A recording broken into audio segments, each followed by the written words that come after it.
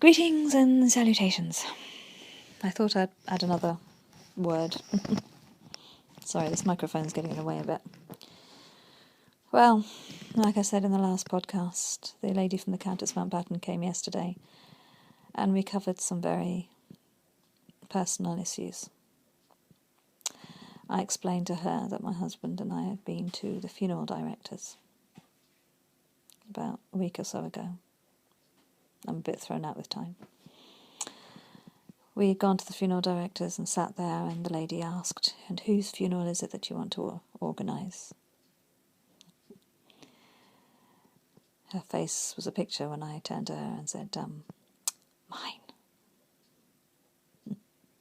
But it was very good because she immediately turned her chair and turned everything to face me, so that she went through everything that I wanted. Not that she was ignoring Andrew, but she wasn't being rude, but she wanted everything that I wanted. So I have my bamboo casket. They know the burial service at least is going to be at Fair Oak Gospel Hall, which is my parents' church. And they know that I want to be buried at All Saints Church in Botley.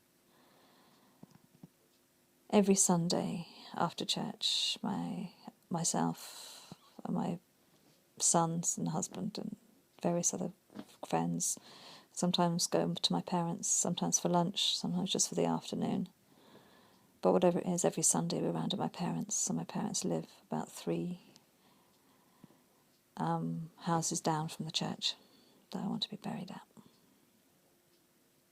So after we went to the service at the funeral directors, we went round to All Saints Church and had a look around that area. There doesn't seem to be any particular graves that are made of slate, which is what I'd like, which is Welsh slate, North Welsh slate. Not easy to say. Because North Wales is a part of the world that I actually adore. We climbed Snowdon a couple of times now. Once when I was 6 and carried back down by my dad, and once when Samuel was 11 and Samuel made it to the top. So I've got some very precious memories of North Wales. But if I can't have slate, then we took a photograph of a very dinky little grave that is very unassuming, very sweet, but also happens to be the grave of a young man who was killed I know he was killed in a motorbike accident because I was told prior to that, because the person whose grave it is a guy named Ian Stanislaus, who I knew when I was at school. But his little grave is just as unassuming, just tiny. His little stone stands quite short amongst all the other tall, very lavish other graves. So I thought that one will do.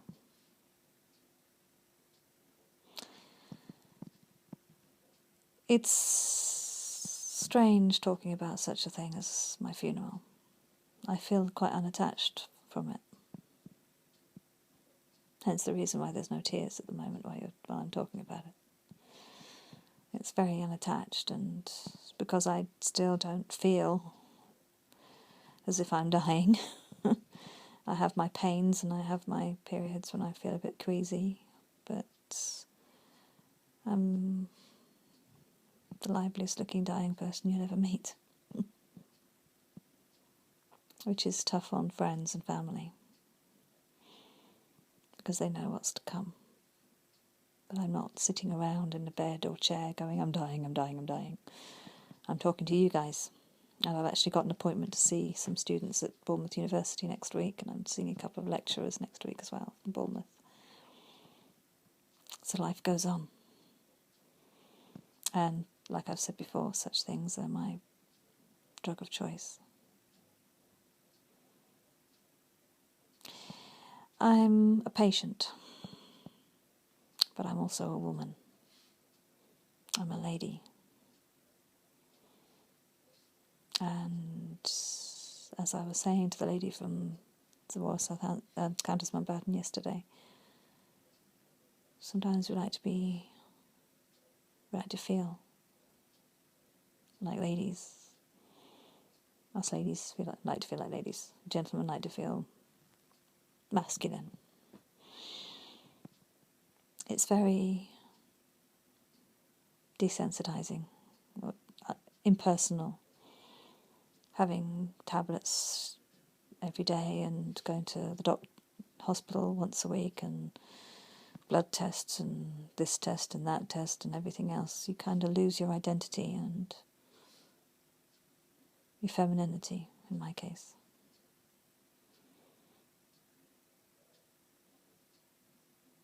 You need to feel.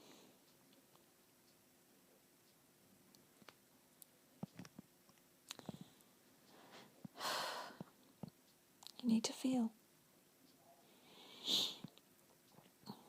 like you're a human being, first and foremost, but also you need to feel needed, wanted, desired.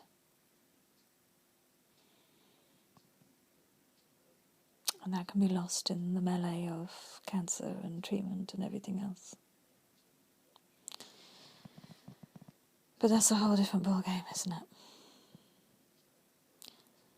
You need to have an outlet to be able to talk about such things.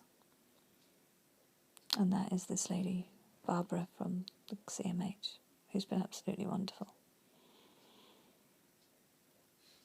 Us patients are human beings, and we have our needs. And one of those needs is to talk about areas that may be a little scary to some to talk about, uncomfortable to some professionals to talk about or to listen to.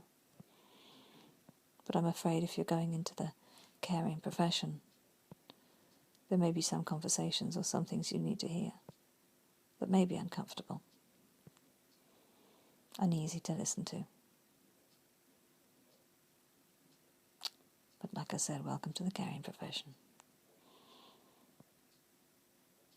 Get used to it.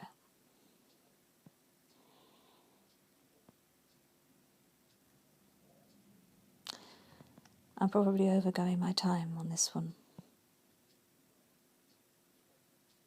But I just need you to know. Sometimes you need, when you go through the 6 C's of care, you need to have the care, the compassion to listen to a patient's needs. And that can take courage as well. That takes all the ticks all the C's. I'm a human being, and I'm dying. It doesn't feel like I'm dying. I don't look like I'm dying. I can fool anybody, except those who really care. Do you really care? Are you prepared to listen?